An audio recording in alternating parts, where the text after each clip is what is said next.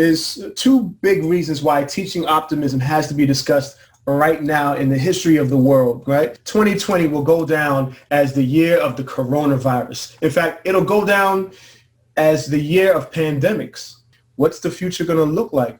Are we on the verge of a civil war within our country based around these issues? And not only all that, but we have an election coming in a few months that's going to bring up a whole nother set of issues and concerns for a lot of people. So ultimately, optimism is going to be key for many of us as we move forward. A few years ago, I caught up with an old friend of mine, a very dear friend of mine, almost like a brother to me.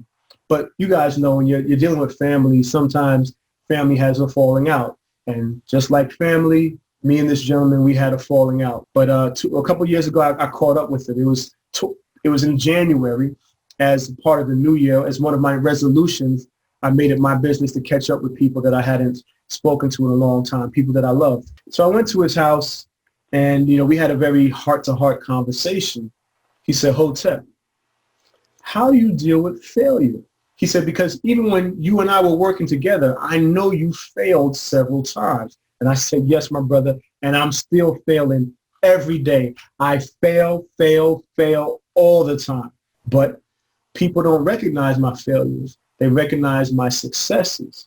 He said, Hotep, how do you push forward to achieve those successes, even though you're failing along the way? And I had a hard time answering that question at first. I put my head down and I was thinking about it. And I said to him, well, I don't know if this makes sense, but I keep going even though I'm failing because I believe ultimately the end result for me will be positive. And then when I thought about what I said, wow, what I'm saying is that I'm optimistic. I believe that my end result will be positive. And because I believe that end result will be positive, it doesn't matter how many setbacks and failures I have along the way, because I know what's going to happen in the end.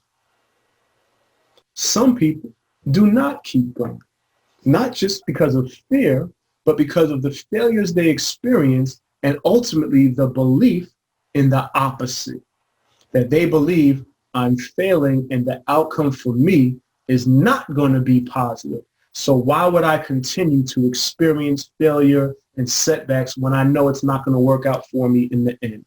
That is ultimately the difference between optimism and pessimism. So I left my friend's house that night, and that thought and concept was on my mind. Now, as much as I'm a bona fide hustler, what most people don't know is I'm an even better educator. I'm an educator by nature. So every time I have an idea or learn something new, I'm always thinking to myself, how can I teach that to other people? As an educator and a consultant to schools across this country, this is central to the big question that many of us are asking or trying to teach to our children, right? How do we get our children to be more resilient? How do we teach grit to our children? How do we teach our children to have faith and have hope in the face of poverty and racism and, bad parenting and all these different reasons for a person to feel down and depressed? The answer is central to optimism. So that's the reason why I'm here today providing this training. Let's talk about it.